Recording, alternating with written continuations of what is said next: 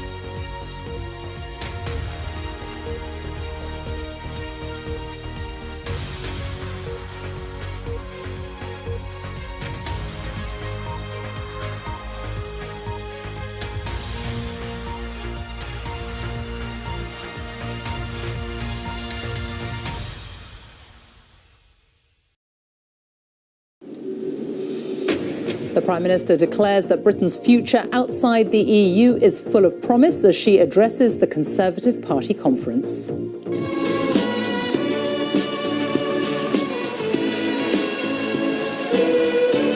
Dancing Queen Theresa May appeared on stage with a spring in her step, but then delivered a serious message on Brexit to her party and the EU. If we all go off in different directions in pursuit of our own visions of the perfect Brexit, we risk ending up with no Brexit at all. The Prime Minister also announced a new cancer strategy, which includes lowering the age of screening for bowel cancer from 60 to 50 and trying to boost early detection. We'll have all the latest from the Conservative Party conference in Birmingham, also this lunchtime. Rescuers are still trying to reach remote areas after last week's devastating earthquake and tsunami in Indonesia. More than 1,400 people are known to have died. The death toll is expected to rise. The first survivor from Grenfell Tower to give evidence at the inquiry describes the moment he opened his front door and was confronted by thick black smoke. Pret A Manger says it will now label all of the ingredients in their products following the death of a teenager who suffered an allergic reaction. And Whiskey Galore, the rarest whiskey in the world, has just sold at auction for almost £850,000. And coming up on BBC News, Barcelona's superstars are in town. Suarez and Messi are set to line up against Tottenham at Wembley Stadium in the Champions League tonight.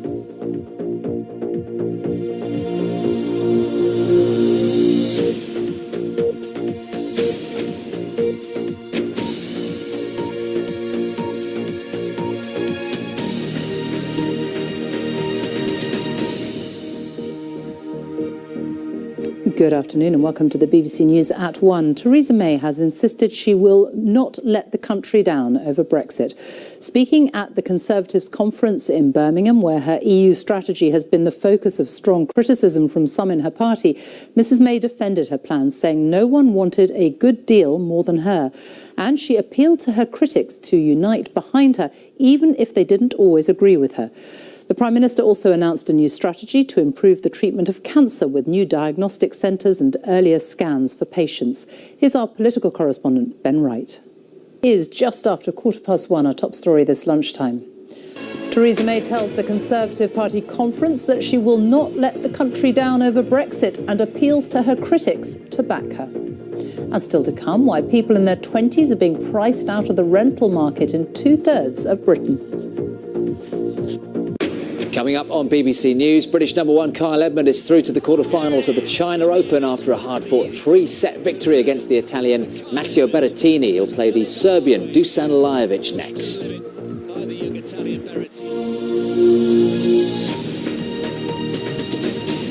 The presenter and DJ Zoe Ball will become the first woman to host BBC Radio 2's breakfast show when she takes over from Chris Evans in January. With 9 million listeners a week, it's the UK's most listened to breakfast show.